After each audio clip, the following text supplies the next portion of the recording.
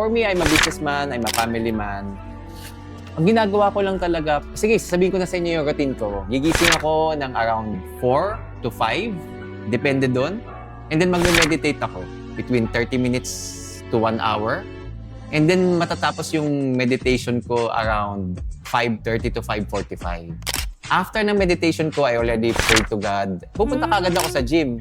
So gusto ko, 6 o'clock nasa gym ako. And yung workout ko, it takes only 30 minutes.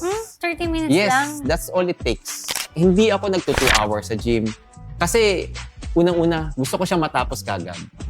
Gusto ko 7 o'clock, 7:30 na sa bahay na ako, nagbe-breakfast na ako kasama yung family ko. Dire-diretso yung ginagawa mo.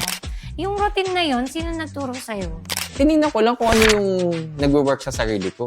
Wala talaga nagturo sa'yo? Wala nagturo sa akin. Parang tinanong ko yung sarili ko, sino ba ako? Okay, I'm a morning person. Ako kasi yung lahat ng creative thinkings ko, laging nasa umaga yan eh. Kapag ako, pinag-isip mo ako ng 9 o'clock ng gabi, Wala na. laging wasak na wasak yung mga decision making ko. Pero pag ako nag-decision ng umaga, ang ganda ng decision making ko. So nakita ko that I can work productively in the morning. So, binuhos ko lahat sa morning yung mga kailangan kong gawin para magkaroon na ako ng positive start of my day.